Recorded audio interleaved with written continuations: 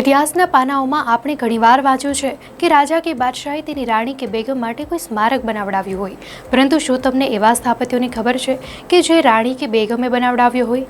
પહેલા વાત કરીએ હુમાયુના મકબરાની. તો 1556માં હુમાયુની બેગમ બેબાએ પતિને શ્રદ્ધાંજલિ આપવા હુમાયુના મકબરાને બંધાવ્યો હતો. બીજા નંબર પર છે પાટણની રાણકી વાવ. તેનું નિર્માણ રાણી ઉદયમતીએ પતિ ભીમદેવ પ્રથમની યાદમાં કરાવેલું. ત્રીજું છે ગુલમર્ગમાં આવેલું મોહિનીશ્વર શિવાલય.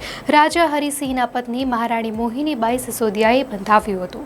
ચોથું છે આગ્રામાં આવેલ માતુતૌલાનો મકબરો.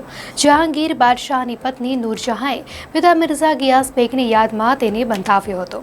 પાંચમું છે કર્ણાટકનું 740 ઈસા પૂર્વનું વિરૂપાક્ષ મંદિર.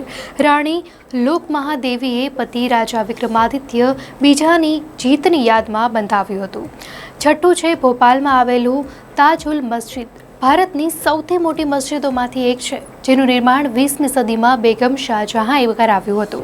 સાતમું છે કર્ણાટકનું મિર્ઝાન ફોર્ટ. 16મી સદીમાં ચૈના ભૈરદેવી ઉર્ફે કાળી મિર્ચ રાણીએ બંધાવ્યો હતો. અને આઠમું છે હુબલી નદીના કિનારે આવેલું દક્ષિણેશ્વર કાળી મંદિર.